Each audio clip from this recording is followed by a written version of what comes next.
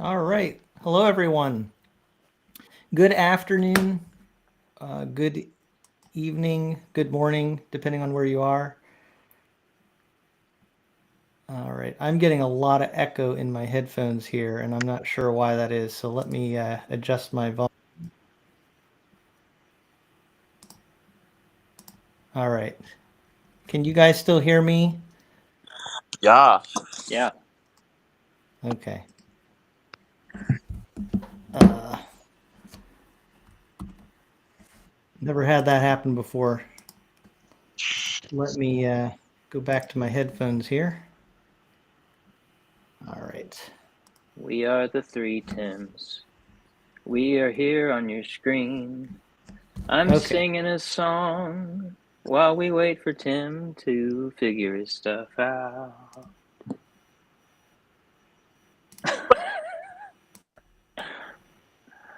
The Three Tims variety show. Yeah.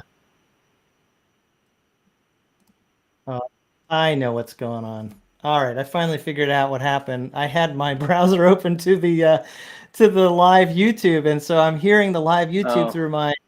Oh boy, that was really confusing. Anyway, sorry about that, everybody. Bad way to start this live stream, but I'm really happy to have as my guests back with me, Tim Nichols and Tim Wildsmith. Tim Nichols, how are you doing? I'm doing good. I'm doing good. You are now. Yeah. You are now. Well, we're not gonna bring that up. Yeah, well, I know like it took us a while to kind of get things ready, but I think we're Right. all feeling more comfortable now with the setup here, and and I'm feeling more comfortable now that I got my audio set up the right way. How about you, Tim Wildsmith? How are you doing? I'm doing okay. People on my channel know that I am home sick with COVID. I am in day 5, and I don't sound like myself maybe right now, but I feel better today than I have the last couple of days. So I'm still under the weather, but I was very much looking forward to being on here with you guys just to break up the monotony of sitting on the couch and watching television. Oh, well, we really appreciate you being here, and I hope everybody heard that Tim Wildsmith is here, even though he's feeling under the weather. He chose to be here with all of us, And and you do sound a little bit more lethargic than I typically hear you. So I can tell that you're not yourself. But I also told Wildsmith that if he needs to tap out at any point today, he's welcome to do that. And Tim Nichols and I can keep going from there if necessary. But hopefully he'll be able to stick with us the whole time, have the energy to do that. I didn't tell him this is going to be a 3 hour live stream, Oh my but goodness. no, I'm kidding. I'm kidding. I don't think we're going to go super long here, but uh, isn't this the second time you've did a sort of a video meeting sick? Didn't we have like a meeting with Thomas Nelson once and you weren't feeling good? That sounds familiar. Sounds Yeah. like me. yeah. Well, uh, I'm just glad that that it worked out for both of you to be here today. I know the audience was really looking forward to this. I see a lot of people coming in. Good to see some friends. I like Deerwood Christian. I'll give a shout out to him. I've had Jason on my channel quite a bit, and he says my favorite Tims. So that's good. We All need a. right, I see we got. What were you gonna say, Nichols? I said we need a ranking. Yeah, right. No, let's not do that. Let's not do that. I see the Bible reviewer on here. This is a newer channel, but I definitely encourage people to check out his reviews. And I don't know this content creator's name. He's never revealed his name, as far as I know. If it's Tim, he can join us next time. But good to see you there, Bible reviewer. All Hey, right, and good to see people in the live chat. he's doing some solid work too. To be so new, he is doing some solid work. And he's handsome with Yeah, great hair. Yeah, he does have great hair. I can't say as much. yeah. Nobody's ever said that about me. That's for sure. So we are going to be answering some questions that the audience submitted on Tim Nichols' community post. And we'll get to at least some major questions that we thought would be really good to talk about.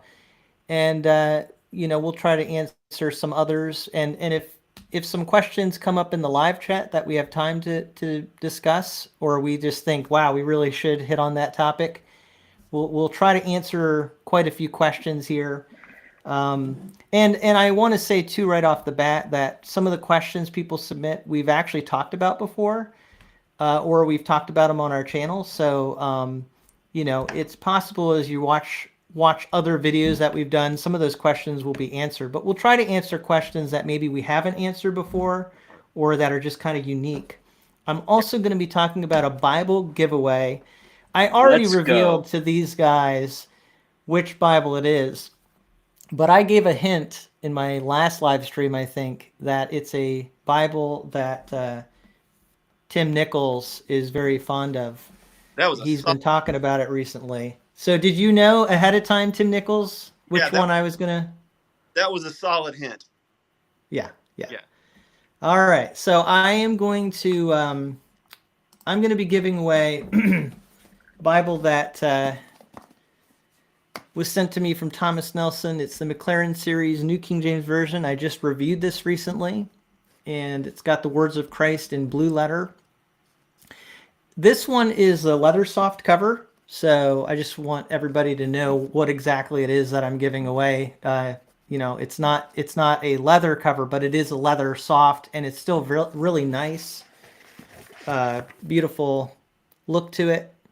I love that Bible. It's Thomas Nelson's doing a really good job, with their large print thin lines. People really like them. So happy to give this Bible away this week. And what you should do if you want to have a chance to win this Bible is email me at afreshperspective@gmail.com and write NKJV McLaren in the subject line. NKJV McLaren in the subject line. Actually, I'm just gonna switch my camera angle here so I'm not blocking Tim Wildsmith while I talk about this. But make sure you spell McLaren correctly, because if you don't, then I won't enter your name. And I'm just kidding. But do your best to write NKJV McLaren. Yeah, I'm very strict. But if you enter that in the subject line, that lets me know that that's the Bible you're entering for a chance to win. And I will draw a name next Friday and announce the winner next week during my live stream on a week from today on Friday. All right, so that's the Bible giveaway for this week. And we're going to be getting into some questions very soon here. I'm also seeing Claiming Christianity has joined us. Good to see you, brother. He says he loves the blue letter, and Humble Lamb kind of started that, and I hope more pick up on it for us. Yeah, I think in recent times, Humble Lamb was one that did it. Am I wrong though that that's something that's been done in the past? Yes. I don't know who did it, but it's been done in the past, right? Nelson did it in. Okay. Okay. Yeah. Seems like a lot of things, have been tried, and then all of a sudden, it comes around again. So, all right. And good to see we got people from a lot of different places joining us in the live chat. So let's start talking about these questions, guys. One of the questions that I think is a nice, easy one to get us into the topic is about premium Bibles. And they wanted to know what our first premium Bible, each of us, the first premium Bible that we ever owned. I guess I'll start because I've got mine right here. It's the Nelson Signature Series. I got this back in 2005, and it's got, the coveted Abba calfskin cover and thin line. And so a lot of people like these, but when I got it, they actually were quite affordable. They hadn't achieved that iconic status yet. But now, they don't make them like this anymore, so people really like these. But that I've had that since 2005. I guess that would be my first truly premium Bible that I ever owned. How about you, Wildsmith? My first premium Bible was my very first Bible review on my channel about 3 years ago. It was the ESV single column personal size Bible from the Heirloom collection, which back then kind of was famous for being the first of the Heirloom collection Bibles to be printed and bound in China instead of at Royal Youngblood in the Netherlands. I did not realize when I made my first attempt at a Bible review on YouTube that I was stepping into that hornet's nest. I probably would not have stuck it out with Bible reviews had people not shared that video and started watching it. And the dopamine, I loved the views and I couldn't figure out what was going on. And so I use that Bible as a giveaway. I think a year later for my first anniversary. It is almost identical to their Heritage that is now being produced in the Netherlands. And I actually today, I have not unboxed it yet because I don't feel well. I got a Heritage rebind from Mike at Rugged Cross. And it's going to be the first time I've seen one of his rebinds. And I told him to surprise me. So I'm going to open it and I don't know what it's going to be. So it will be kind of going back to my first rebind or my first premium Bible in a rebind. But yeah, so it was that one, that ESV from, I guess that was 2020, spring of 2020 when they released that. So that was the first one. I had seen premium Bibles prior to that, but that was the first one that I purchased for myself. Cool. So, like you said, it was China printed. You said, right? And That's right. And you learned very quickly that people have strong opinions about where the premium Bibles are produced. Yeah, that's good. That's good. All right. How about you, Nichols? What was your first one? My first premium, according to Bo Tate, was not a premium, and that is the Nomega, but the Omega. When I first started reviewing, I had a friend. His name was Jake that we reviewed with, and we got here's the crazy thing, is the review copy was for him, but the first one was so messed up. They sent us a second one, and then that one was messed up too. So then I just did a warranty claim, and ended up with a good one. So I ultimately, John has it now at ICA Bibles, and he's going to put a Horween cover on it. That was my first one. Ooh. And this was a ESV, Yeah, ESV Omega. Yeah, but it was a China printed. Yes. And now they've gone back to. So I'm gonna one up both of you and say, this one, this was a bit printed in Belgium. Yeah. So I'm gonna tell you what though. My opinion, personally, those Chinese text blocks, the 36 GSM crossway paper is better. It is better. It is better than the 28 GSM Royal Youngblood French Indo-Paque coated paper. It's better. I thought you said you were going to be not too controversial. Here you go. Oh boy. Well, I know what you're saying as far as a lot of people like more of a heft to the paper, and I think weight is for some people the trump. That kind of trumps everything else. I tend to go more by the quality itself, like how's that paper going to age over time, and how does it hold up, and I think. Also the weight of it has the downside that if it's heavier paper, it can cause the Bible to be larger and to weigh more. Mm-hmm. I mean, this was a Bible I used for so long, and it's such a thin Bible. So that having lighter paper allows you to have a lighter Bible. So, but I know we have different opinions.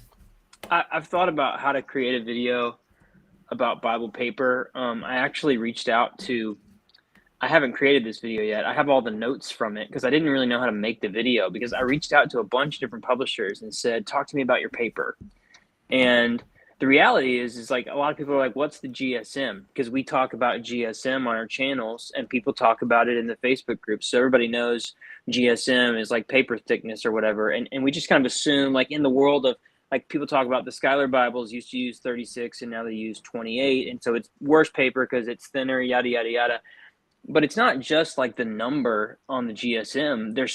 What I learned is there's so many different factors about what a paper is made from and where it's made and what its finish is. And there's all these different factors into it. So like theoretically a 28 GSM paper could be as opaque as a 32 or 36 GSM paper, depending on the quality of the paper and things like that, the type of paper that it is. And then it's like, I was with you, Tim, it's like, I don't necessarily want it to be thicker, but I do like the way that it feels. I like the color of how it looks. There's like all of these factors. So it'd be interesting to kind of put together, and maybe I should work on that, like a video that's like, here's all the different numbers, but then here's the different types of paper. But it's hard to get all of that information from publishers because some of that is proprietary information, where they source their paper from and things like that. So it's really fascinating, but I would just throw that in there. It's not always just about the number. There's several factors that go into that.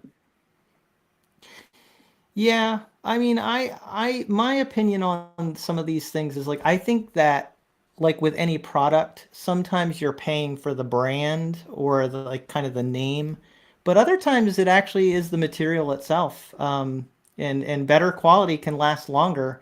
And that's why, and I'm not just talking about paper, other materials too. I think, there's something to be said for really good quality materials, even if they cost more. You hear all about they hold up longer. You hear people talk about, well, I think you mentioned Tim Nichols. I think he's the one who, is it him or someone of his friends that coined the term the judge, the 2002 NASB single column reference Bible, and it was like French milled paper. And so the phrase French milled goes around. Well, most of the premium Bible companies use, French milled paper from, Papeteries du Le Mans. You can see it in there in your Schuyler Bibles or your Allen Bibles.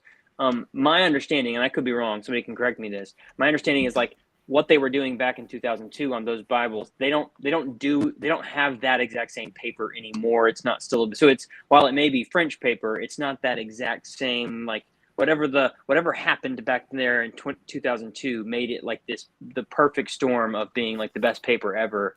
And that Bible has kind of become legendary, that and the In Touch and stuff like that. That may be the case. It is very possible.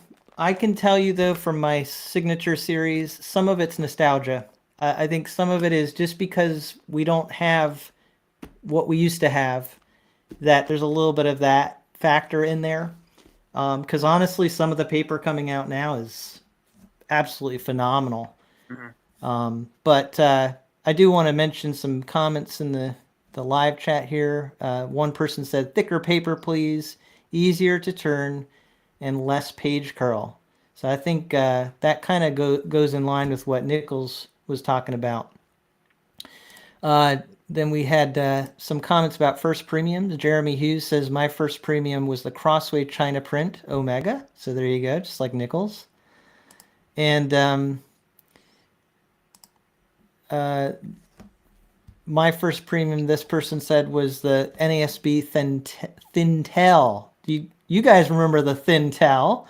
That's when Schuyler was kind of testing the waters with the lighter paper. And it sold really well, actually. And I think that's why they ultimately continued to go with the 28 GSM. And then when they did, everybody got angry. All right, so those are some input from the audience. Before we keep going with questions, I want to mention the giveaway again, because we maybe had some new people that came in, and I want to make sure that they know how to be entered for a chance to win an NKJV McLaren Series Bible. This is the Bible that I'm going to be giving away, and I'll announce the winner a week from today. If you want to be entered for a chance to win this Bible, you just email at afreshperspective@gmail.com, and in the subject line write NKJV McLaren. Make sure you spell that correctly. And if you put your email there, email me with that, then I will place your name in the drawing for a chance to win this Bible, and I'll announce the winner a week from today on Friday. All right, so let's keep going with questions here. The next question is one that Tim Nichols really wanted to answer. And it's, if you could design a Bible from the ground up, how would you design that Bible? And you guys, I think, have designed Bibles in a way from the ground up, because you've gotten quite a few rebinds done. But I'd like to hear what you think about this. I don't know if Nichols, his camera is frozen right now, or if he's just sitting really still. It's unusual to see him that still. So Nichols, I'm going to breathe new life into you and hand this question over to you. What would you do to design a Bible from the ground up?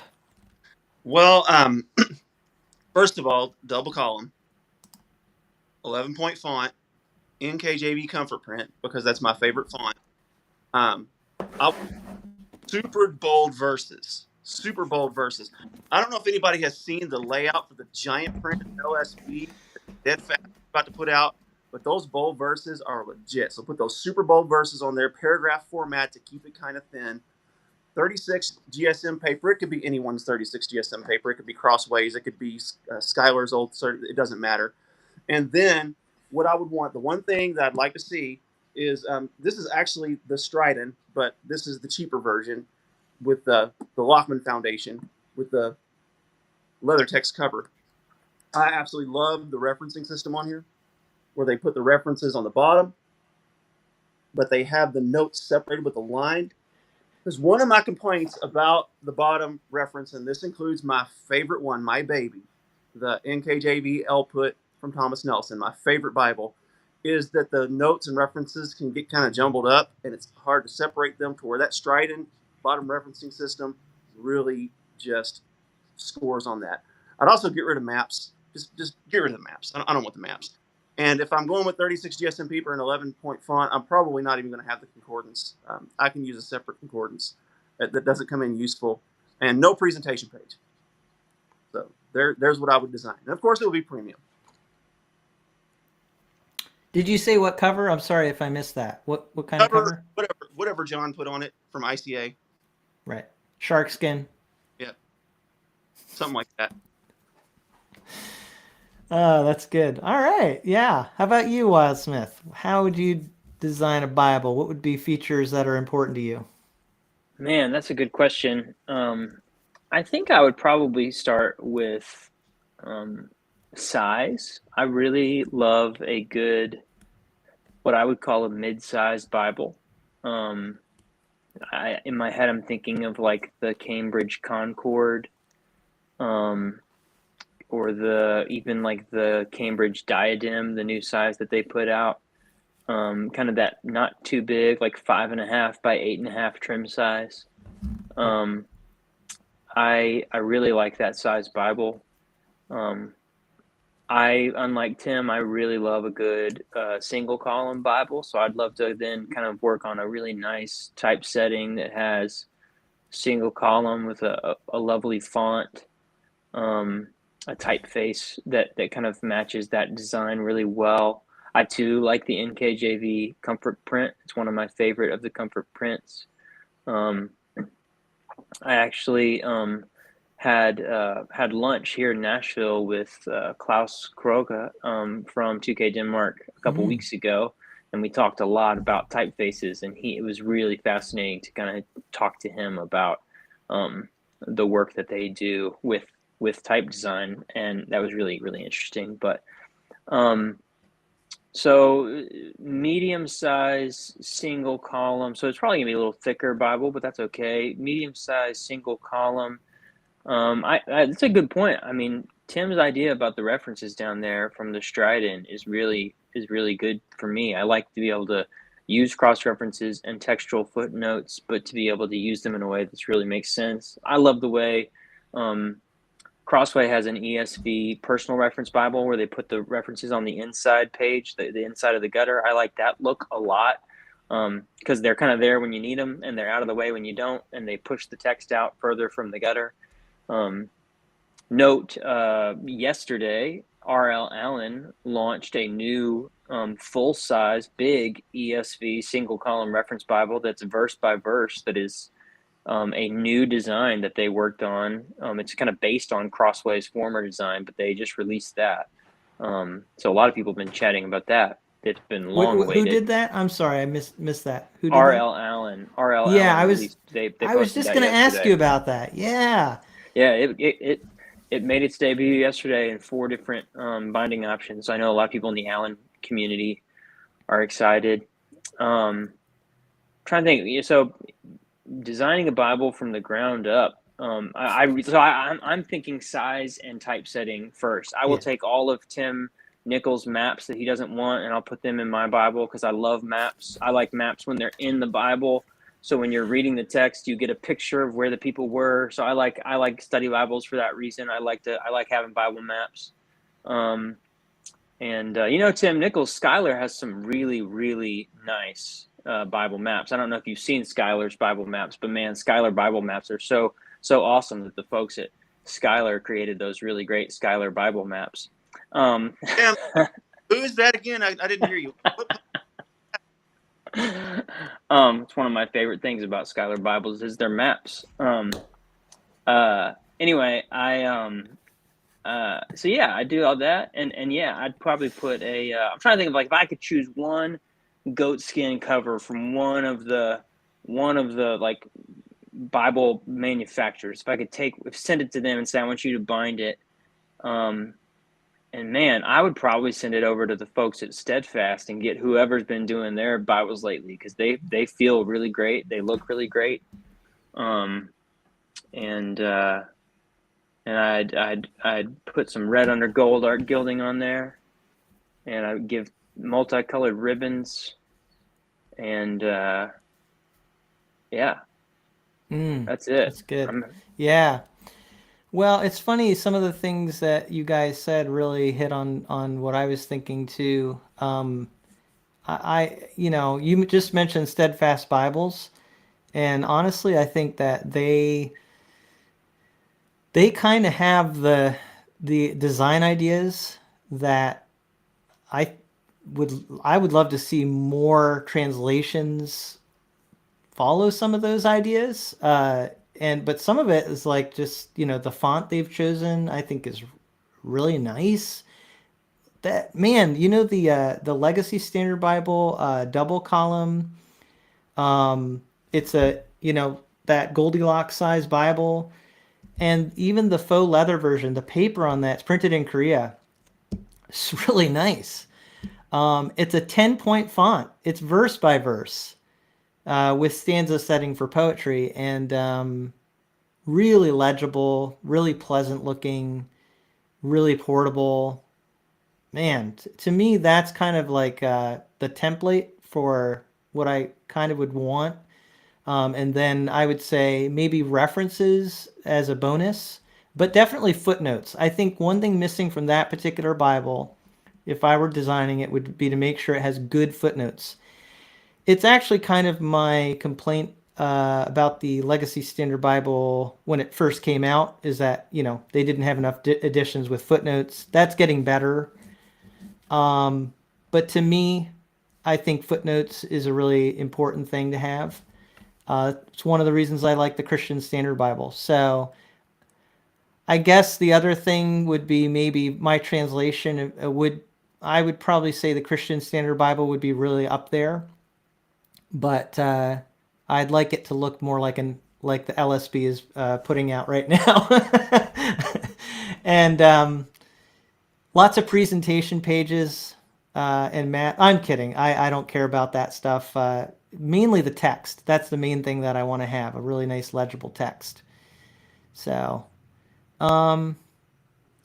yeah. So, one thing with the Steadfast that people do need to be careful of is the premiums that are printed in Korea. There is a problem. They do separate, and I've had two, and they both done the same thing. It does take a little while, but they do separate. If you're going to get one, I would actually recommend you get the lower price ones. That's just my Well, advice. I've heard that with the those larger Bibles, and you're talking about the oh yeah, I guess I've heard that with the verse by verse with their goatskin cover. Only But the Royal Youngwoods ones are fine. Only the Korean. yeah, okay, right, the Korean. But the faux leather one that I have is Yeah, they're fine. having no problems. Yeah, Yeah, yeah. So, but yeah, I'm really getting back to what you said, Wildsmith. I'm really interested in that Allen Bible too. That just came out, the ESV. I like that layout. That's kind of a unique layout, and I'd be really interested to look at that. That's really glad that they came out with that. All right, so we covered some good questions there.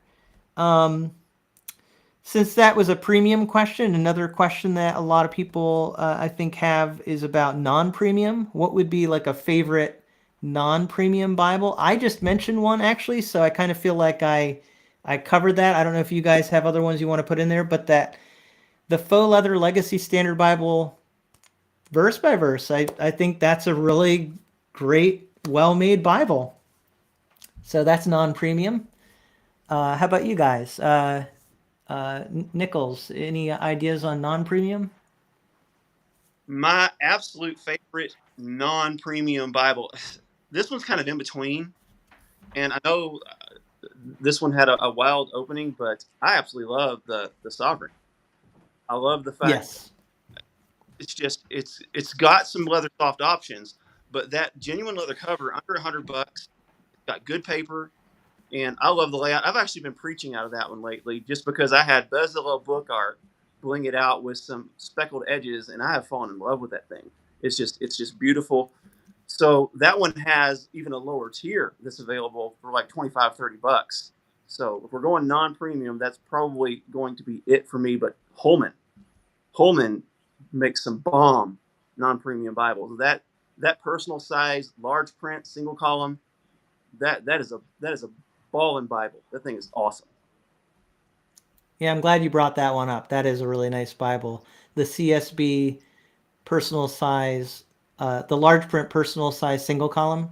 Yeah. Yeah, really good one. Yep. And how about you, Wildsmith? Any ideas? One of the ones that stands out to me is also from Holman. They had like a two-tone. Theirs is called.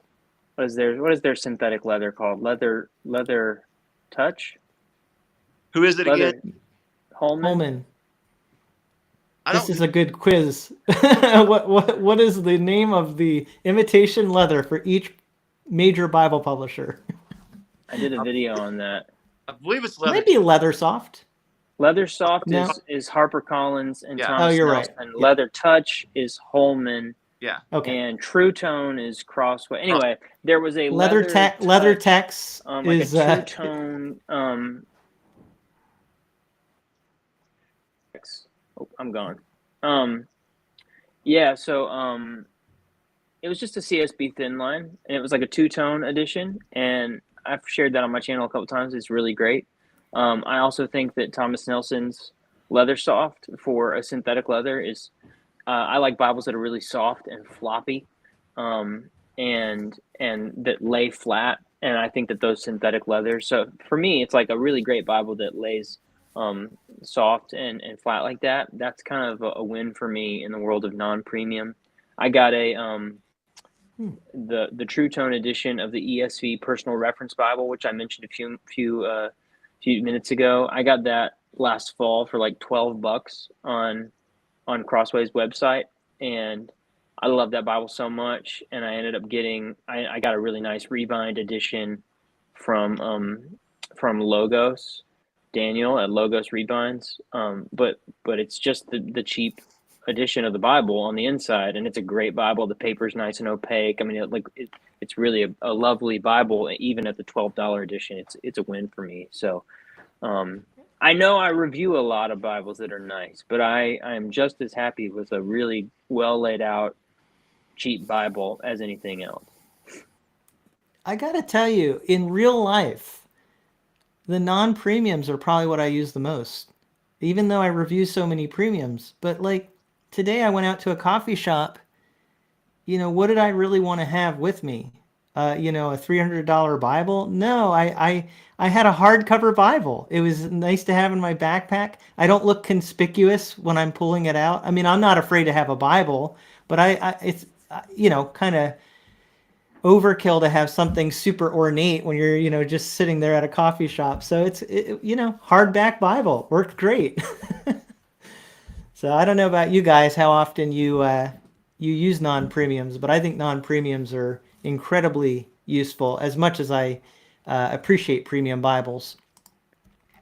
I use non-premiums for daily purposes, but I preach out of premiums. There you go. Yep. Yep. And no doubt premium Bibles hold up better. If you're using a non-premium all the time, you guys have seen pictures of Crossway Bibles that people have used. Maybe you have some yourself, but people have used them for years. The True Tone imitation leather, and it's like the outer layer is totally gone, because eventually it just kind of wears out, so that's the downside of the non-premiums. I mentioned that my 2005 Bible, I use this a ton, but that's one thing I'll say, good leather cover will really hold up. All right. So someone had a question that I was kind of joking with these guys, because the person who asked the question lives in the tropics. And I said where my guests live is closer to the tropics than New Hampshire, even though I know it's not like super hot where you guys are, but it's hotter than New Hampshire, maybe more humid.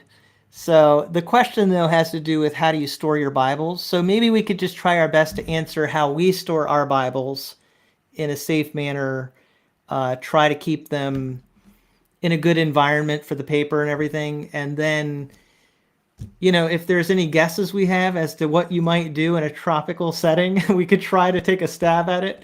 And if anybody in the live chat who does live in a tropical setting would like to chime in on this for a tip on how to keep your Bible in a good environment, because paper and moisture do not go well together. And actually, it's a kind of a problem where I live, because we don't really have air conditioning all over the place here. So in my house, it's going to get really humid in the summer, and we don't have central air conditioning. So I kind of have to really, live with that reality, even where I live. But where do you guys store your Bibles? Do you do anything special to keep them safe as far as where you put them, how you store them? Maybe start with Wildsmith here on this. Any ideas?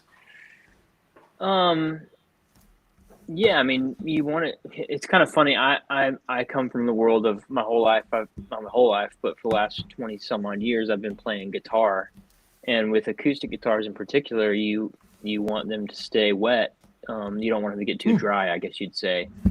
So in these summer months, you're not really worried about that. But in the winter, like I've had guitars that have cracked because, they get too dry in the colder months. And so a lot of times we talk about humidification and things like that. Some people have room humidifiers. Here in my house, we heat our house in the winter and cool our house in the summer. So I store my Bibles in a couple of different areas in the house on bookshelves, and you don't want it to be too moist. It's kind of like a cool, dry climate. You hear people say stuff like that. Like I think that's kind of the best way to do it. And I particularly, if it's leather, I store it horizontally on a shelf instead of vertically, just to kind of like not crunch up the leather too much, put in any weight, and to kind of keep the text block, nice and not kind of getting weird weight on it and stuff like that. But yeah, I mean, I kind of wish I lived in the tropics, but I don't. Yeah, but then imagine how you'd have to figure out what to do with all those premium Bibles. Yeah, you could have a lot of guitars though. That's true. Sell your premium Bibles and get guitars. That's I guess what you could do. Yeah. It's the exact opposite of what I've done the last couple of years. You've So sold guitars and gotten I've- premium Bibles. That's how I paid for Bible Review Blog, was selling guitars. Wow. That's interesting. Okay. Really, really good points there. I mean, you're kind of talking about something related because wood comes from trees, but paper comes from trees, right? So you're really talking about how do you take that organic product and treat it well, depending on what product it is. All right. How about you, Nichols? Any ideas about good conditions for storing Bibles? What I would do if I lived in a tropical climate where the humidity was hard to control and I did not have like AC or anything like that, is I would probably keep them in their box and just store them like that. Hey, let's just do this Nicholsworth style. Anyhow, the way I store my Bibles is upright, stacked on a shelf in a corner away from light, it's not in complete darkness, but there's no natural sunlight. And I usually stack them 5 or 6 high, which I know is totally against the rules according to some people. But I just kind of tend to stick them places where I don't know if you can see that or not, where I can just, now here's where I keep like my good stuff. Those are I use. So, I mean, my advice, number one, store them flat, even if they're not like fancy leather, store them flat, just because the book block will sag if you store them upright and they're really thick.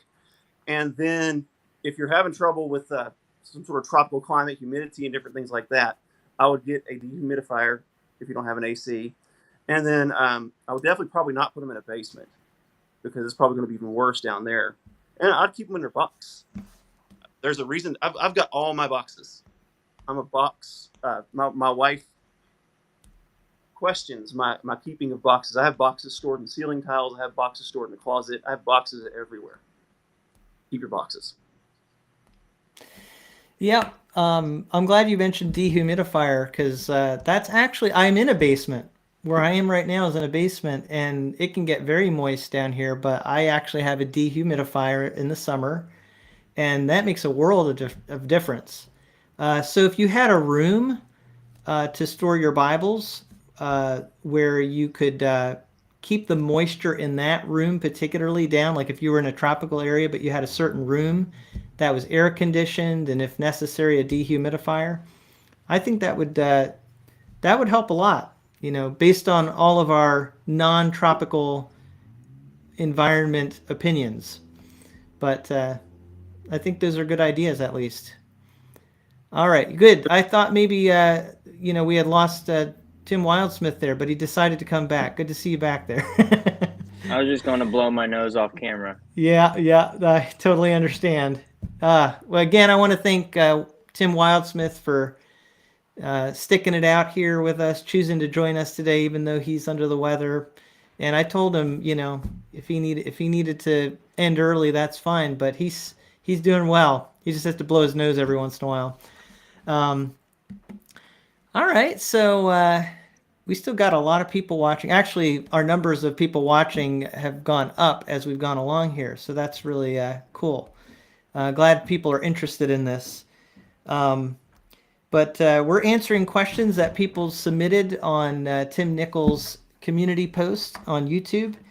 And here's another question that I think is a little bit different than what we might usually get asked, but I think it's an interesting one. How has internet popularity changed or affected you and your faith? Because all of us now are very well-known celebrities. And so how has your celebrity status affected you, Tim Nichols? Oh yeah, ask the least famous of the three Tim right off the bat. Yeah, that's the way to go.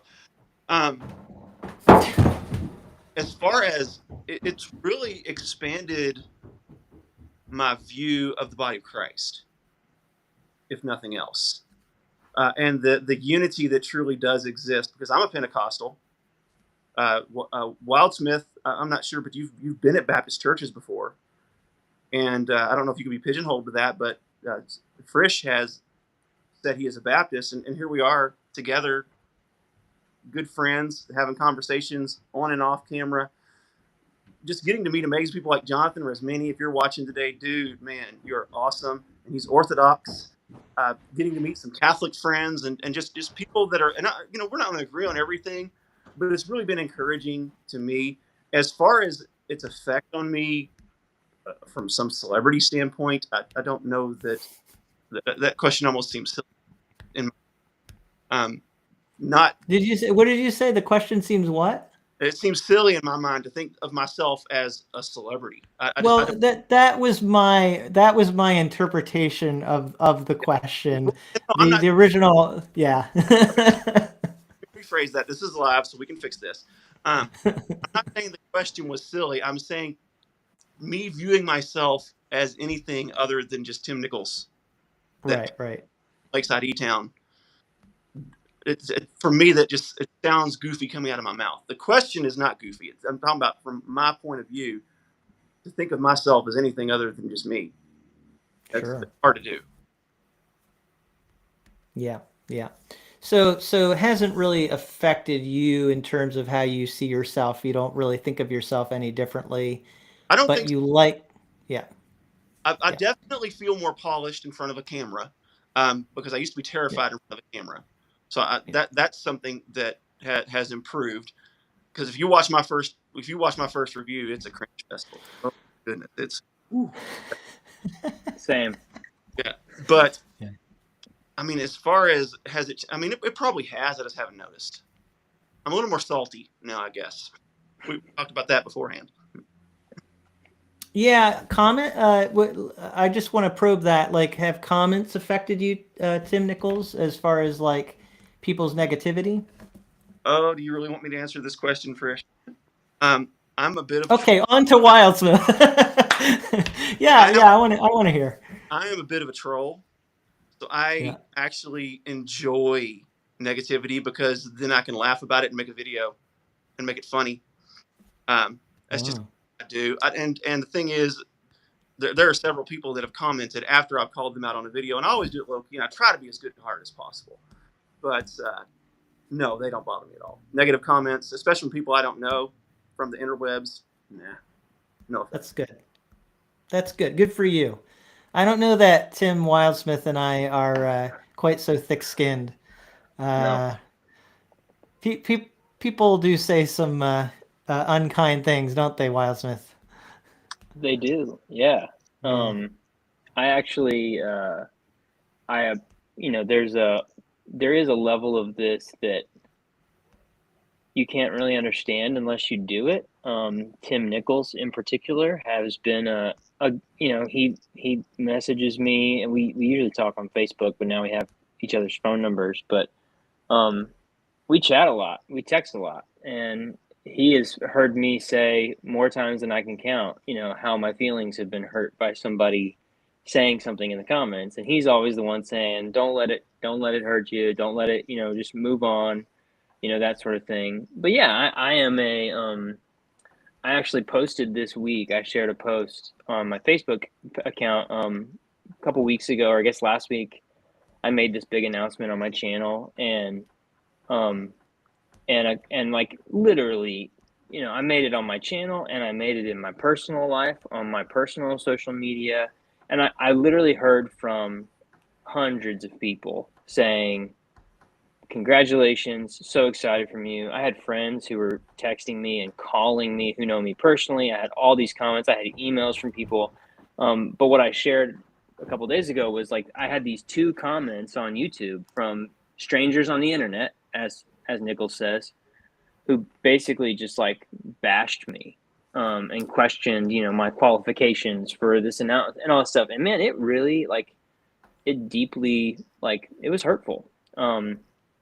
And you want to defend yourself and be like, well, of course I'm qualified and yada yada, you want to fight back, but it's like I'm one of those people where when I see something online that I disagree with, or that if I think something negative, which of course I see that, I just don't say it, because my mother taught me, we watched Bambi when I was a kid. And if you can't say something nice, you shouldn't say anything at all. And that's the way that I was raised. It was like, keep your mouth shut. And that's not the world that we live in. And I guess I've been kind of shocked sometimes by some of the hateful things people will say about me, particularly because of Bibles that I review or the tattoos on my arms. You guys might have noticed that it's summertime now. I'm still wearing long sleeve. I have gotten to the point where I wear long sleeves in my videos, even when it's hot in my house, because I just don't want to deal with the nasty things people say anymore. So I'm just being real. And I know, thick skin. I've always had a really soft heart, and I've had trouble with kind of having thick skin. So yeah, I'm being this is like a therapy session. I'm just talking. I'm venting. There are days where I really don't want to do it anymore because people are so ugly. Yeah.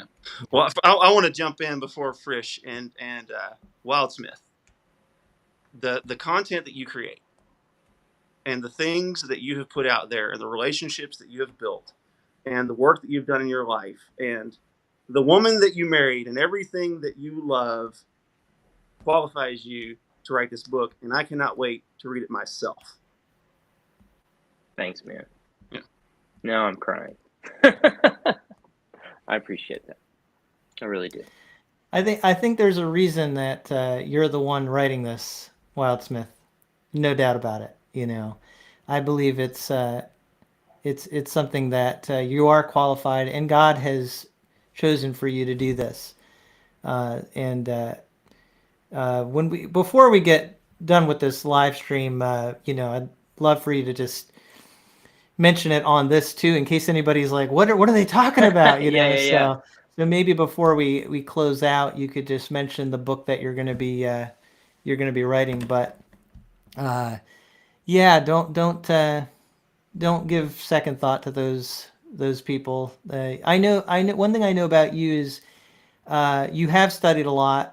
You have a lot of experience. You've certainly read the Bible a lot, and you've been in a lot of translations on a practical level. But I know you're going to study for this, and you're going to learn more as you work on this project. So you're definitely qualified to write it. And another thing, we're just building up our brother Wildsmith here, but you're a fantastic communicator. And I would say that about both of you, really. You're both fantastic communicators. But Wildsmith, I'm sure your writing is going to be fantastic. So looking forward to that project. We'll talk more about that, for a little bit before we are done here. As far as how I look at doing videos and the way that it affects me, I would say, in a lot of ways, it's been positive because. You have to learn how to communicate clearly, and what happens when you're online is you really get a mirror as to you get a lot of feedback as to how you're communicating, and sometimes you think you're saying one thing, but as you get the feedback, you realize, wow, people aren't hearing you the way you meant to be heard. So that's been helpful, actually. I like getting feedback. I prefer it to be positive, but even negative feedback can sometimes help me. But I think the other learning thing for me has been I'm used to communicating to the people that I'm around. But how do you communicate to people that they're not in, they don't know you. They don't really know you. And so I've learned over time, I think to kind of understand the audience better and how to communicate more clearly. And of course, over time, my audience has gotten to know me better. So it's kind of a mutual understanding there. But I think you're just exposed to so many different kinds of people on the internet. And that really is challenging, but it also helps you to grow, because then you're like, how do I talk to these? Nichols heard me talking to Jeremiah Payne a few weeks ago, and we were talking about theology and the area of the gifts of the Spirit, and people have very different opinions on that stuff, obviously, and Nichols is from a different background than I am. So having to interact with different people from different backgrounds is challenging, but I think it's healthy, and it really helps you to grow in how you communicate with people, and your willingness to get out of your comfort zone and challenge one another, which is also good. So I say that to me, it's been a net positive spiritually for me because I would rather not take any risks and be in a nice, safe place all by myself. But the internet is not that place. So I think it's been good. And I think we agree that it has definitely been a net positive spiritually for all of us. This has been a great experience for my discipline. Because I review Bibles, I read them more now. I read them 2 or 3 times a year now. So this has been huge for me in my spiritual life. And to the people that follow our pages, this is to you all really, and what you've done for us to help us become better at who we are and what we do. It's really a privilege.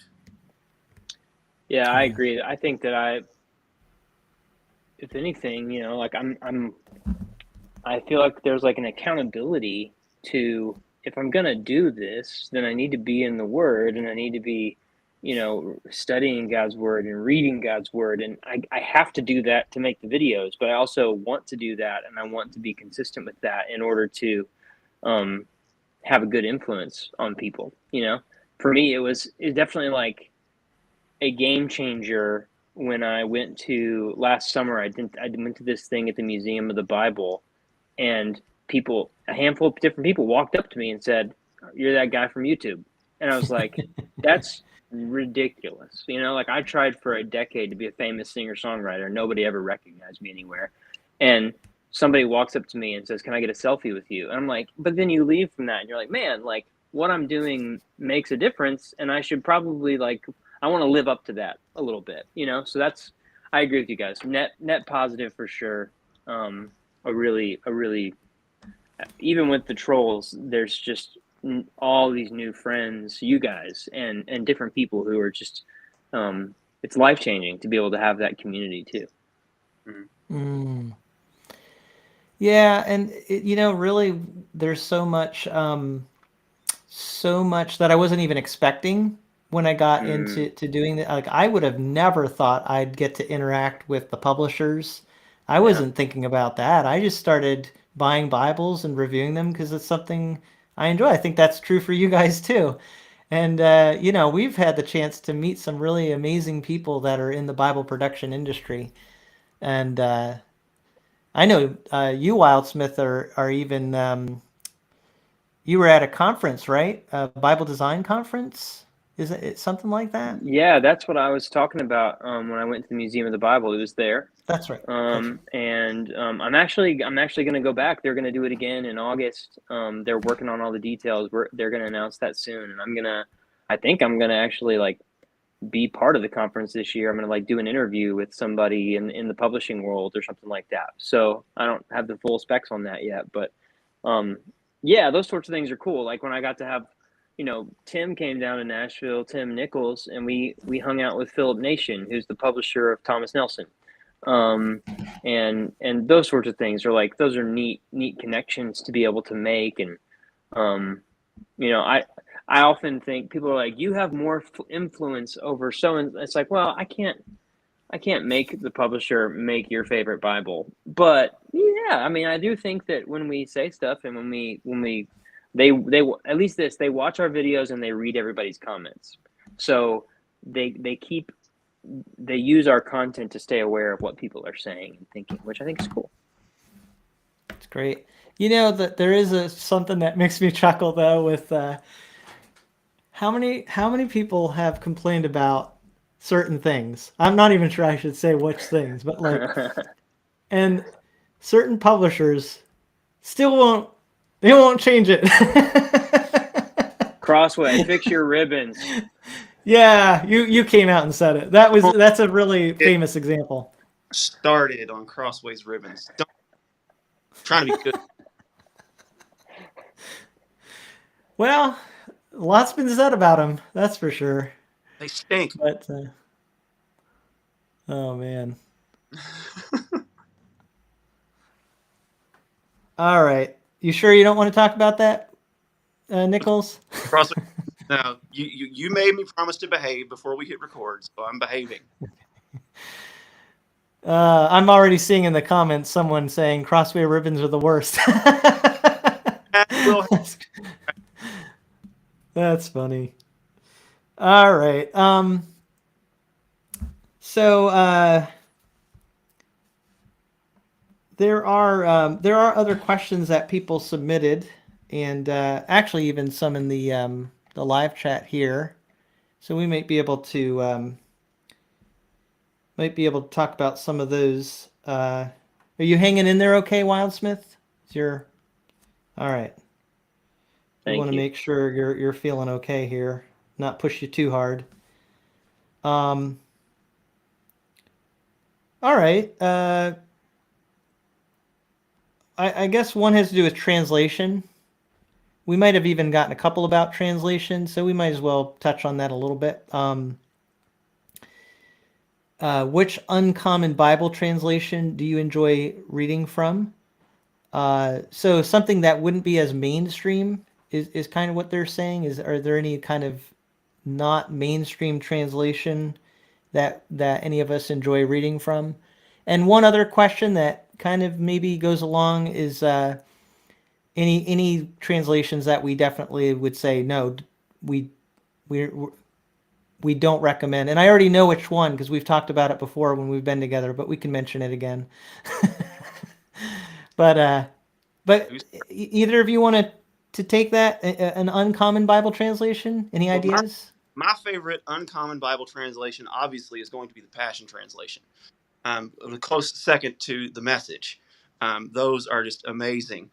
Actually, I'm kidding. My favorite non-common Bible translation is going to be the NJV, and the reason I like this is simply because it has the Tetragrammaton, which is either Yahweh, Jehovah, depending on whoever, and it just leaves it untranslated. And I think that's kind of cool. And another reason I really like the NJV is because it's based off the majority text. So there's not a whole lot of those floating around. I know there's the WEB and a couple others, but I really appreciate this is based off of the majority text. It's a pretty smooth read. As far as translations, I do not recommend. Oh my goodness, the Passion. Hey, Yeah, Nichols, does yeah. it translate? Does it translate the Tetragrammaton as in Hebrew? Does it leave it in there, or does it say YHWH? It leaves it in Hebrew. It leaves Wow. it in letters. Yeah, it's one of the things that drew me to it. A couple of translations I do not recommend. Number one is the Sefer, CEPHER. I've got videos on that, and well, I'll tell you what, those people are passionate about their heretical Bible. But not say that on this outlet because it's exactly what it is. It's way out there. And then the Passion Translation. Just to call that a translation is a crime against scholars that actually translate Bibles. It is at best a paraphrase, at worst some dude's opinion that visited heaven and is waiting to get the extra chapter of John so that he can release a extra addition to the Bible. Just stay away from that. You asked this question, Wildsmith. And the Message is in a different category. Eugene Peterson was a legit dude, and he made that for his church. And while it's being sold and listed as a Bible, I don't think his heart was ever wrong in that, and it being used publicly. His heart was in the right spot. But this other Passion Translation, also the ISR, the Institute of Scriptural Research, I think it is, the ISR, they also leave the divine name untranslated in its original Hebrew. But there's just some renderings in there that are way out there. It seems very Hebrew rootsy and kind of overkill on the divine name. So those are three I wouldn't recommend. But the NJV, I absolutely love it. It seems to follow all of the traditional renderings when it comes to orthodoxy, and it leaves that divine name untranslated so that I can fill in my own blank. If I want to fill in Yahweh, if I want to fill in whatever, then I can. I have personal feelings about Yahweh as far as whether or not it's accurate, which may be for a different outlet, but how that divine name is treated is very important to me in the scripture. So there's my thoughts. Okay. How about you? Yeah. Yeah, that was insightful, Nichols. Thanks for sharing. Somebody just commented that they saw that I had Robert Alter on my shelf. I do. on occasion pull out Robert Alter's translation of the Old Testament. There's a 3-volume set, and I find it pretty interesting. His approach. He has a book called the Art of Translation, and not a Christian. He's a Jewish man, and an academic who's translating the Hebrew Bible from that perspective. But I do think it's interesting to read, fully aware of what that is, to read that perspective and to get the text in that way. Honestly, kind of thinking about it the same way Nichols described the message. Like somebody who's really smart and knows what they're doing is creating a very, very specific thing. Similarly, like I know a lot of people have feelings one way or another about N.T. Wright, but he has a translation of the New Testament that he did because he was doing a commentary series, the For Everyone series. That's another New Testament translation that's out there. The American Literary Version is the translation that is the base of the Bibliotheca 5-volume set, which I like to read from. So it's kind of out there a little bit. It's based on the ASV with some updates. So it's been copyrighted as the ALV. And then I'll just give you a pro tip. You can go to BibleGateway.com, find the scripture you want to look at for the day, and they've got a zillion different, probably 100 different translations preloaded in there. So it's a great way to compare. They have a comparison tool, but also you can just spin your little mouse and tap on one and read something that you've never heard of. I think that's really interesting. I've been comparing a lot of different translations lately for this book that I'm working on, and it's been fun to use that website to kind of just find random stuff and see what they had to do with it. Cool. Someone in the comments mentioned the one I was thinking, which is the Berean Standard Bible. And, I think in like the Facebook groups, it's pretty well known. But as far as like the Bible charts and, the best-selling translations, it's not that well known. So I would say that's a non-mainstream translation that I actually have looked at some. And I like it because it's kind of a ecosystem. It's not just their, translation for reading. They also have a literal version. They have I think, an interlinear version maybe, and then they also have they're working on other projects like a majority text edition, and I think these are all cool resources that are they're good for study purposes. And the other thing I really like about the Berean Standard Bible, I did just say this recently on a video, they've made their translation in the public domain now. They've made it available as a public domain translation. So basically they're saying, please print it. Publishers, if anybody wants to print it, we just want to get it out there and in the hands of people as a good resource. So I'm just going to, say good things about the Berean Standard Bible because honestly, I can't think of, all those ones you just mentioned, Wildsmith. I mean, this is why you're writing the book, because you know this stuff.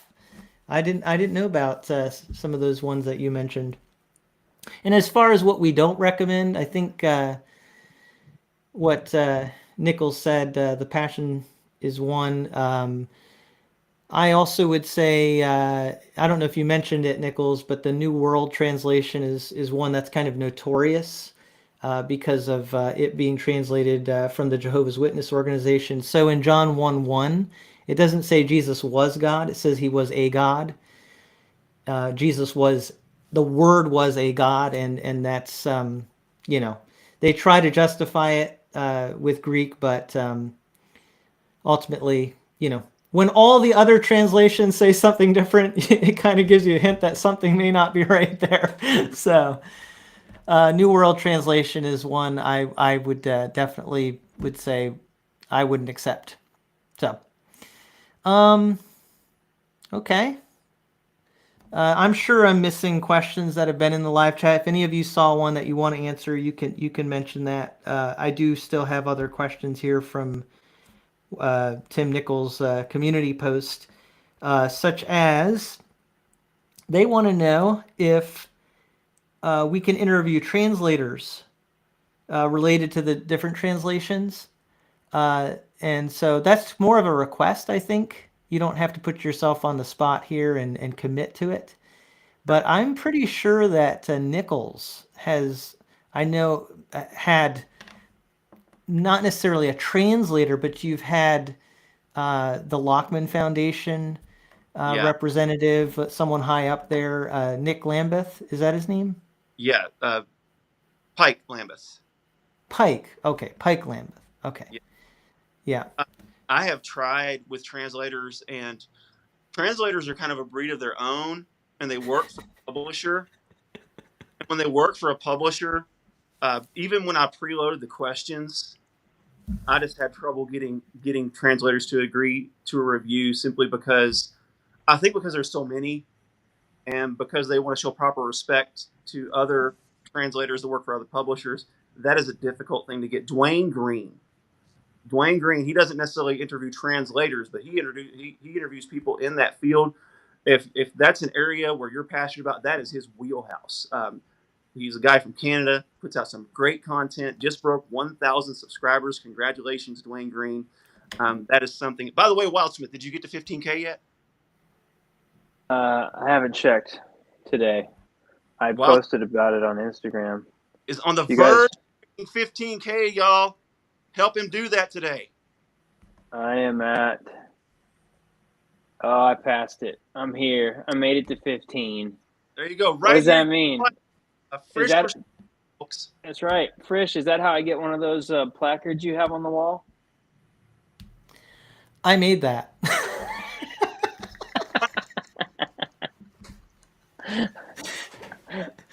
If you zoomed in on it, you would see it's presented. It says not presented by YouTube. That's amazing. It's just paper, so I have a paper button. Yeah, you have to get to 100,000 to get YouTube to send you anything. Only 85,000 more, Wildsmith. I say I'm at this rate. I'm gonna get that play button in 22 years. No, you've been accelerating. I got to give away a lot of Bibles to get people to subscribe. Yeah, but Frisch, you're about to break 20K, aren't you? Yeah, I have a question. A week or two ago on my live stream, someone said I need to do like a 24-hour live stream, just kind of as a promo thing, I guess. But I was thinking maybe of doing not 24 hours. I don't think I'm ready for that, but maybe like a multiple hour. I don't know. Maybe what would be a good amount of hours that's not like 24 hours.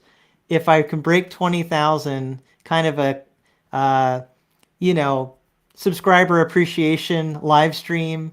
Yeah. I'm thinking 20 hours for 20K. I guess it's not 24 hours. I was thinking, it's something with 20, but I really don't even know if I can do 20 hours. Have all kinds of people. Have every YouTuber just back to back to back. For everyone to Yeah. How much? That's a good idea. Have like 20 guests lined up. How long is 20,000 seconds? Thank you. I like the way you're thinking, Wildsmith. That might be more doable. It's 5.5 hours. There you go. 20,000. I'll do a 20,000 second. I love it. Just 5 hours. 5.5 hours. I like that. I'm going to do a 20,000 second. I don't know if you can use like this platform thing you have, like that we're on right now, like the back end of things, but like you could have me come in for half an hour. You could have Nichols come in for half an hour. You could bring some of your other people on, and then that would time would go fast. Do some giveaways, stuff like that. That'd be fun. I love that idea. Thank you. I think I'm definitely gonna consider that. And by the way, the Bible reviewer, he said congrats. He just hit 200. Let's go himself. So I think keep it up, man. You're gonna be hitting 1,000 before you know it. And I gotta say, I'm always like, never cut your hair. Every time someone starts a channel, I always try to encourage them, like like him. I mean, it took me a long time to get to 200 subscribers. He's gotten there really quite quickly. So doing a really great job. Okay. I think a lot of questions that came in.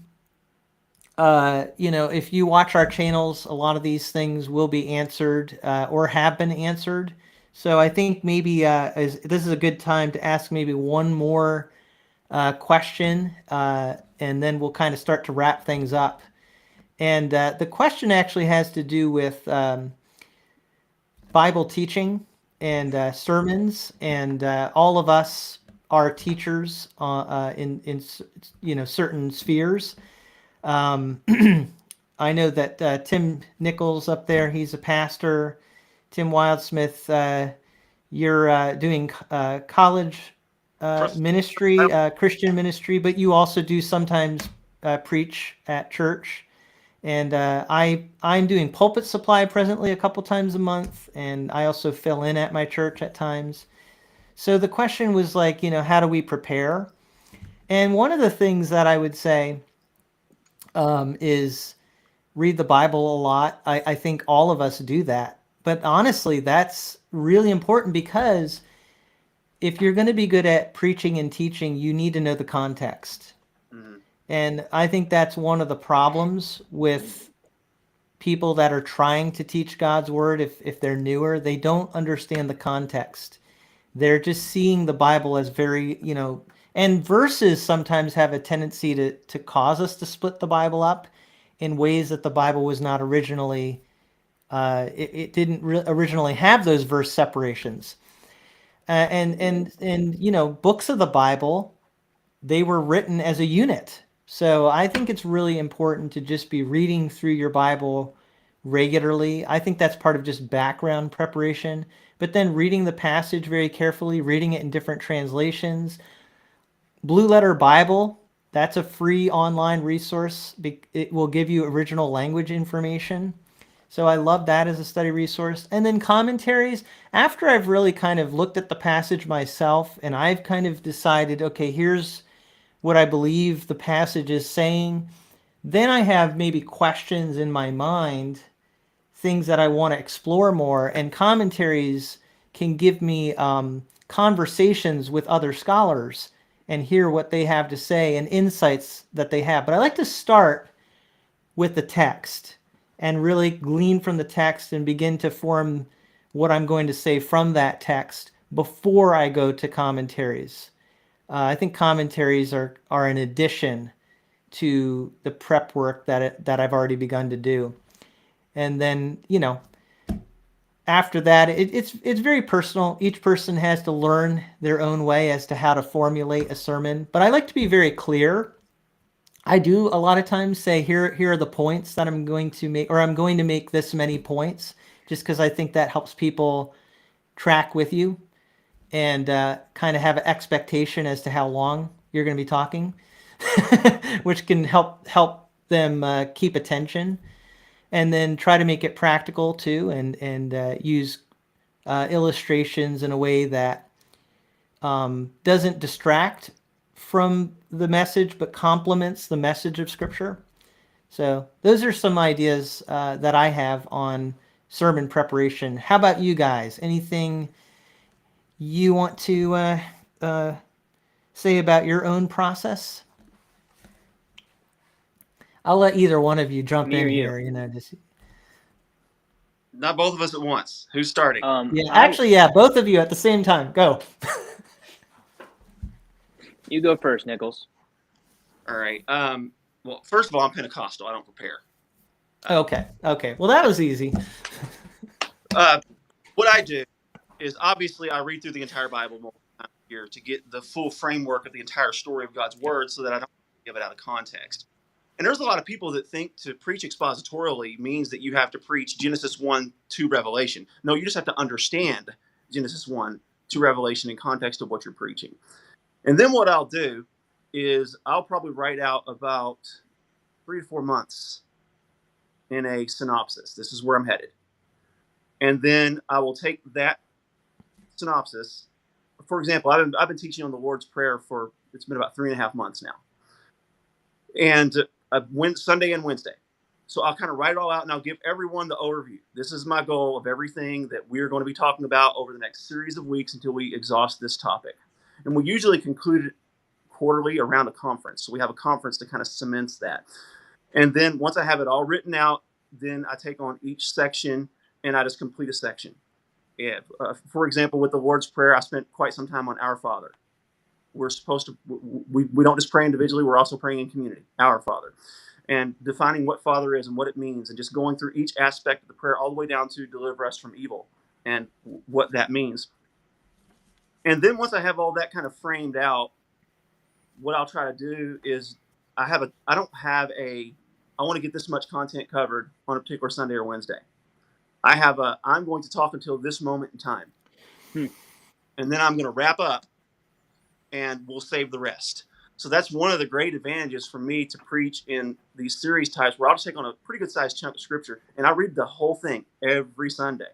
It's like, everybody, you know where I'm going. I saw a meme where the guy said, it says, expository preachers on Mother's Day. And it says, Happy Mother's Day.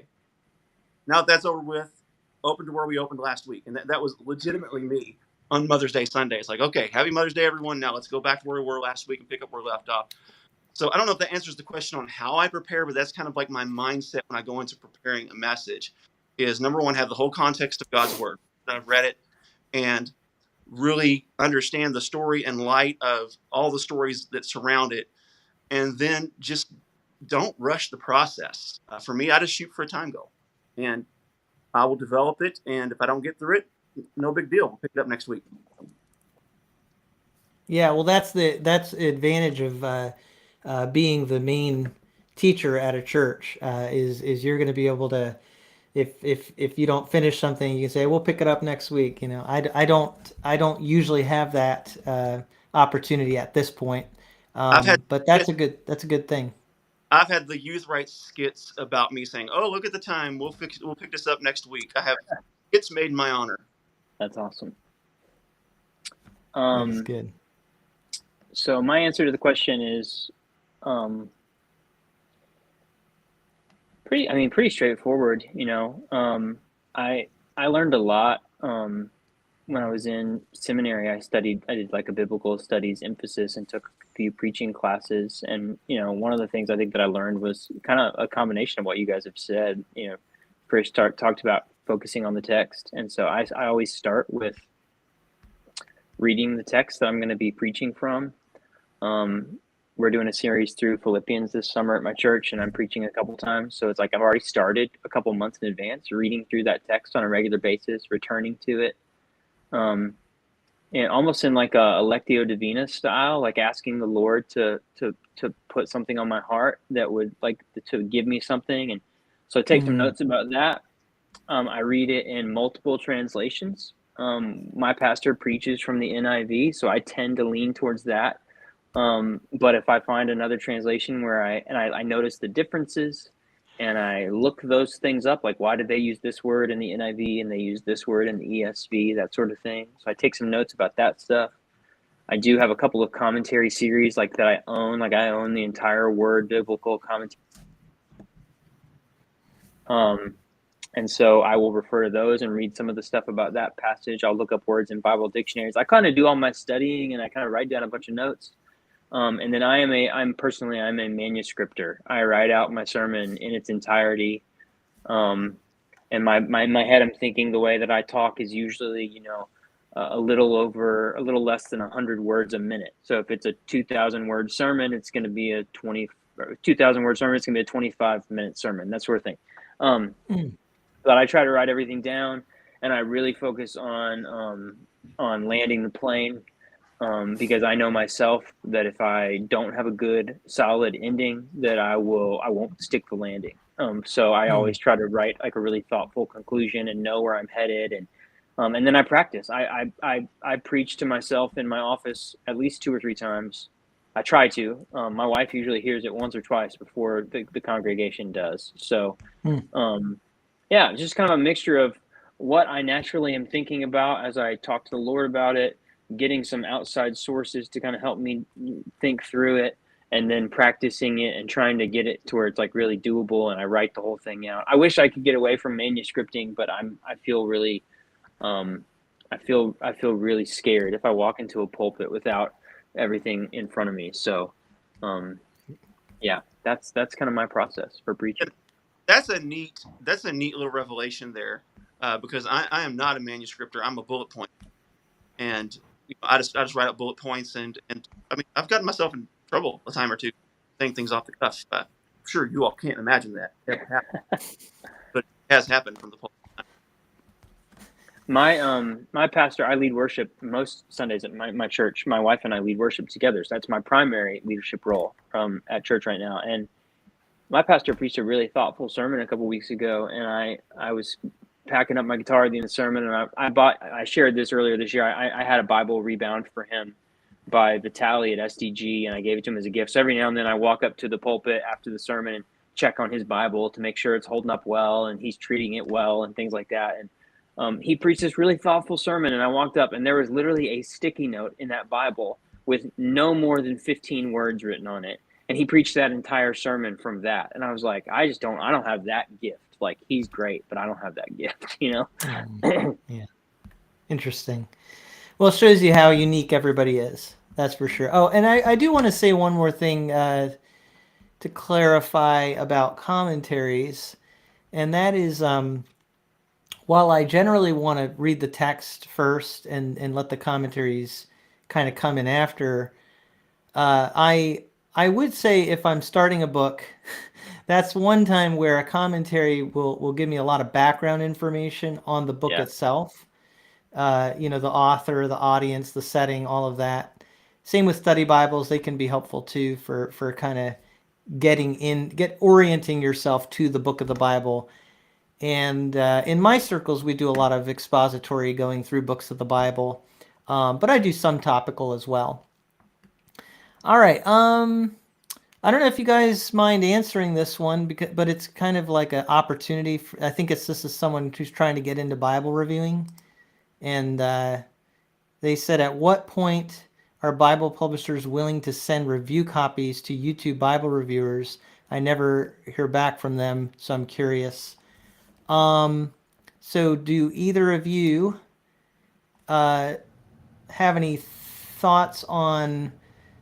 from what I remember, it just depends on the publisher. And I would say a lot of times you do have to have at least a few hundred subscribers. In many cases, they want to see that you're kind of you're building an audience, and also that you're consistent. Those are some things they're going to look for. And I do remember I had the experience of reaching out to one of the publishers. Even I think I had 300 subscribers, and I asked them, and they're like, "Well, we're not interested at this time, but keep doing what you're doing." And then like a year later, I had a lot more subscribers. That's the year my channel really grew a lot. And I asked again, and then they were they were happy to have me join the program. So sometimes it's just a timing thing, Well, first of all, Bible Treasures and Reviews with Bev, you're already doing good work. She's already got almost 1,000 subscribers. She's, I think, pushing 800 at this point. And Nice. does solid work. One thing I would tell you is post more often and give them a good body of your work, and be persistent in your emails. I had to email several times to get started, and was sent through several channels, and just don't give up on it. That would be my biggest advice. If you want anything beyond that, feel free to private message me, and I'll talk you through some tips and tricks. But I don't know that conversation. I mean, maybe it's something good for this platform, but I don't know that it is.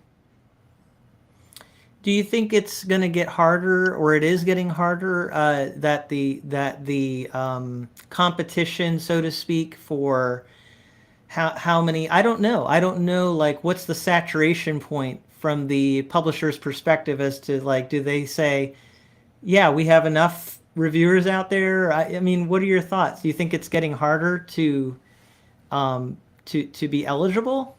It's getting harder being eligible to get Bibles. Okay. It's just a more difficult process altogether. Uh, True. when I first started, I was getting buried in Bibles. I was like, goodness, I didn't even know this was a thing. And now it's very difficult to get. The price of everything is doubled. So Hmm. marketing has doubled. So it's difficult. And there's also there's a lot of reviewers, a ton of reviewers, way more than there were even when I started. And I'm not even close to being an OG. So when you think of the competition of multiple Bible reviewers and more people are using their face, more people are engaging than they used to be, it can be very difficult. Yeah. Yeah. So hang in there, I guess, is a really an encouragement, because I do think that you'll stand out if they see persistence, and if you really love doing it, that'll keep you motivated because you just enjoy. I think for all three of us, the Bible reviews, that's just something I think is fun and helpful to people. It's not like what I originally set out to do, and there's still other topics I cover and other things that I do, but I genuinely enjoy looking at Bibles. Yeah. Yeah. So And I we need more female reviewers too. So Bev, keep it up. Yeah. I mean, I was told no a couple times by some people, and the various reasons I received were like,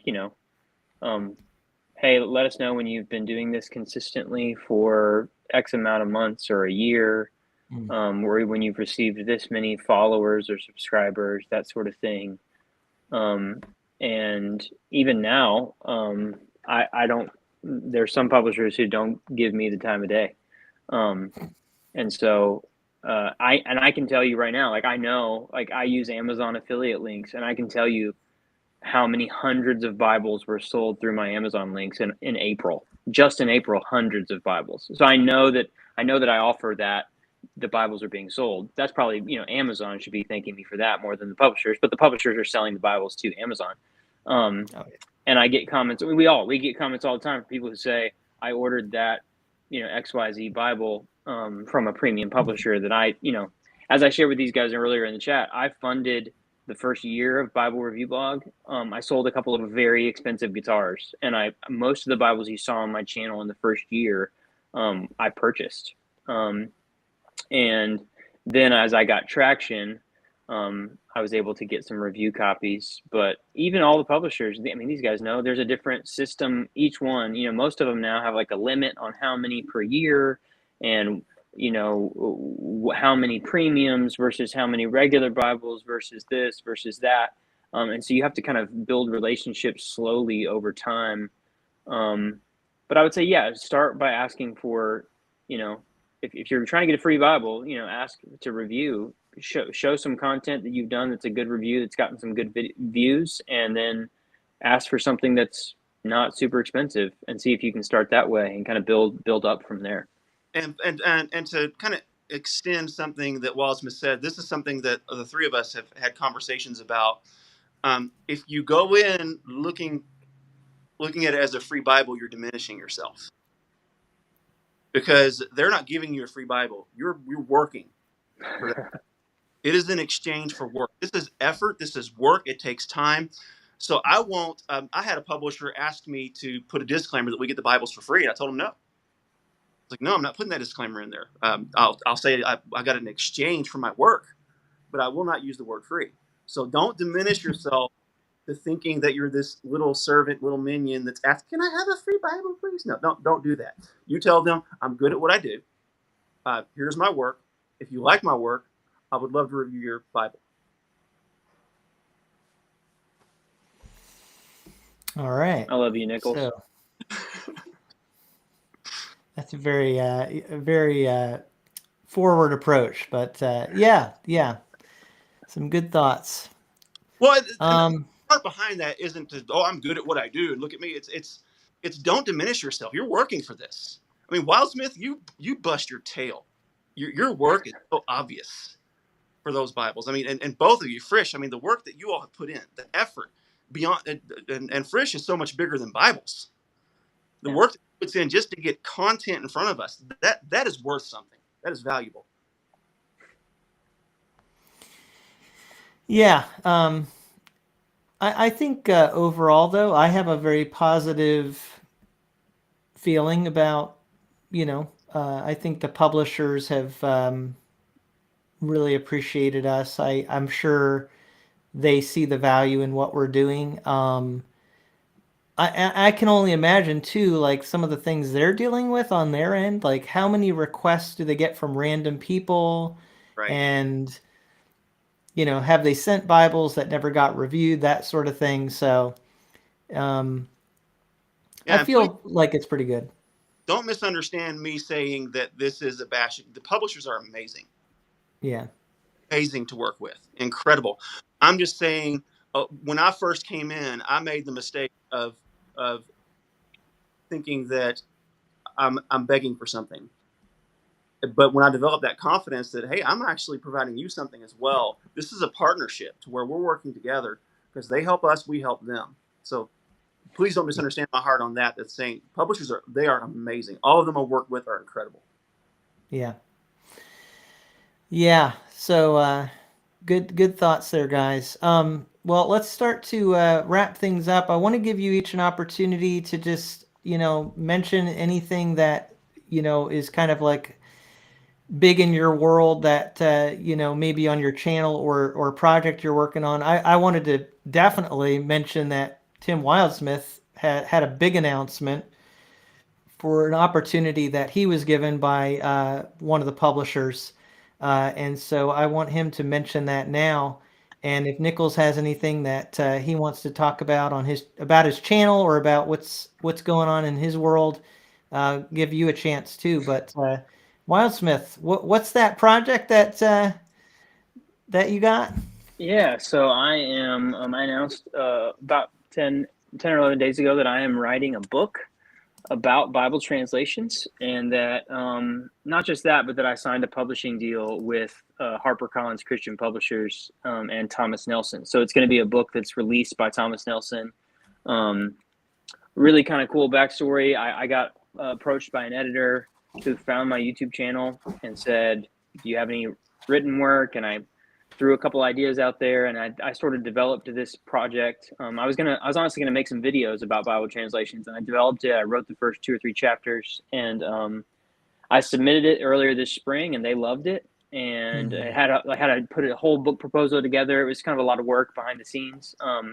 But yeah, I signed a contract with them a few weeks ago, and I have to now finish writing that book, which is going to be about 35 to 40,000 words, somewhere in the neighborhood of 175 to 200 page book. Um, and so I've now written about twice as much as I had when I made the announcement a few weeks ago, or no, when I got the contract a few weeks ago. So I'm heavily into that, That's good. and it's basically like, why do we have all of these different English Bible translations? The kind of the history behind each one. There's going to be a chapter about the Christian Standard Bible and where did the CSB come from and where does it sit on the translation spectrum and why is it a dynamic translation, describing its textual basis and its translation philosophy things. There's going to be a chapter on most of the major translations, and so it's kind of like a hybrid, like. And it's told chronologically, so it'll be like the history of Bible translation, starting from Tyndale and Wycliffe, all the way up to some of the more recent ones. Wow. So yeah, I'm really excited about it. I've been doing a ton of research over the last few months, and I'm going to be sharing about it over the next year on my YouTube channel and on Instagram and Facebook. But yeah, I'm really excited about it. The goal is to kind of help people understand which translations are different from others and why they're different from others, and then to kind of go about selecting which translations you want to read from on a daily basis. So there's a video on my channel last week. I think it's called something like "My Biggest Announcement Ever." Very clickbaity, I know. So yeah, that's kind of the big news in my world. I'm going to be working on that a lot, but I'm still committed to making videos. And speaking of clickbait, my most recent video from Monday was my most exciting unboxing video, where I unboxed a Bible from Lion and Lamb Bible Rebinds, a really beautiful kind of green teal color. This is the Word on Fire Gospels. one of my favorite Bibles. So a lot of people have liked watching that this week. But yeah, writing a book, Very good. making videos, trying to recover. You're from right. COVID. You're writing a book because you didn't have enough to do already. Seriously, guys, I've got a full-time job at Belmont University. I got a part-time job at the church, YouTube. I'm married. I have to mow my yard. So Whoa. Wow. I'm a busy guy, but I'm glad about it.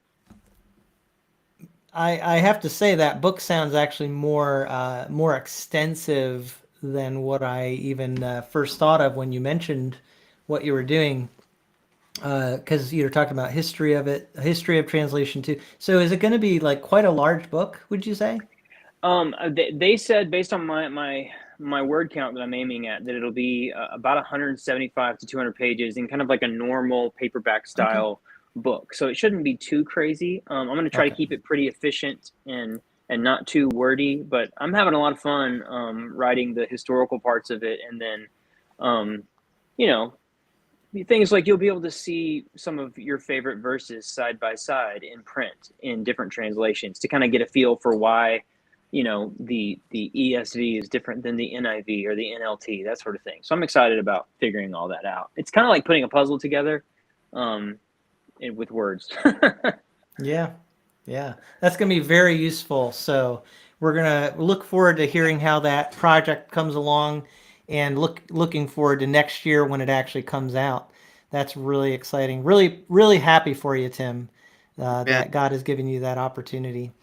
So how about you, Nichols? Anything you want to mention about what's going on with you? Well, and back to Wildsmith and his book, I just think it's a necessary book. Yeah. Something that the Christian community needs, because I don't think it's something that exists in a concise format.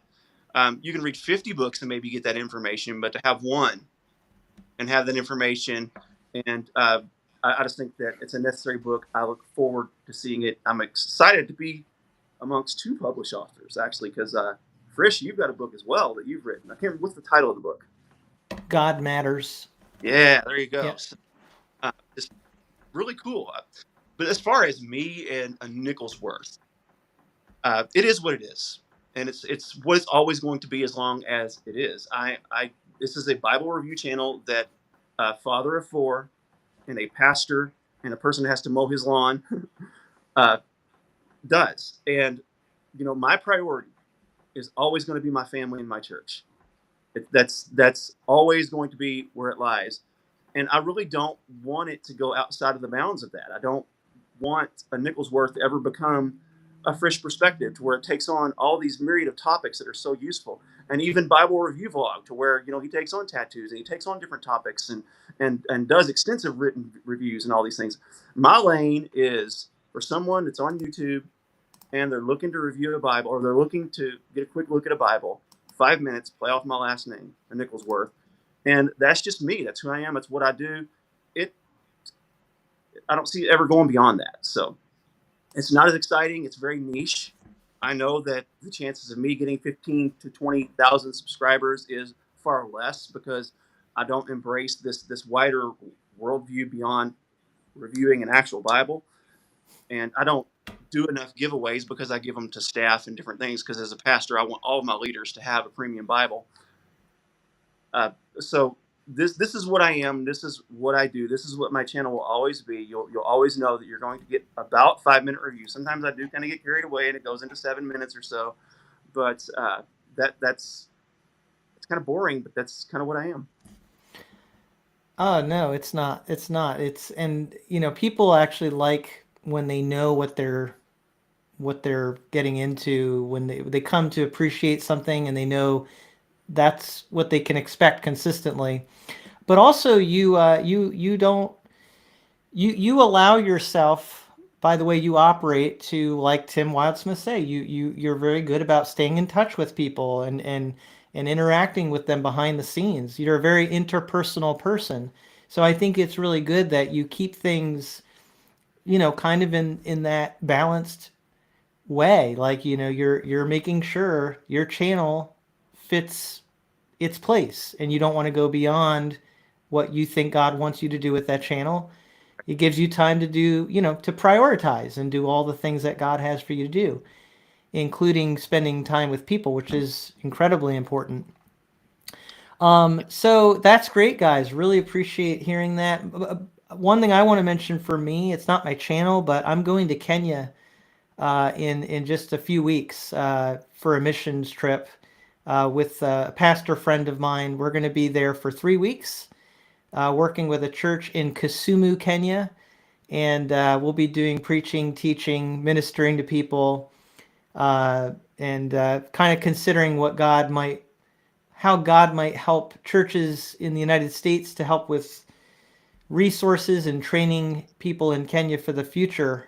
So great opportunity for me, but I will be gone, in another country. My family will, I'll be away from them. So something for everybody to just keep in prayer. I would appreciate that. But I look forward when I get back to, being able to share some of the experiences that I had in another country. But pray that I, don't do anything stupid while I'm there and hurt myself, trying to be careful and safe. All right. Well, I just want to thank the audience for watching. We really appreciate it, your interest, and we've had a consistent viewership through this whole live stream for close to 2 hours now. I want to thank my fellow guests for sticking it out this long. Tim Wildsmith, even though he's sick, hung in there all this time, and I hope that they'll come back and join me when I do my 20,000 second live stream for when I reach 20,000 subscribers. 20,000 awesome. seconds, 5.5 Yes. hours to celebrate the Frishinator. Frishinator.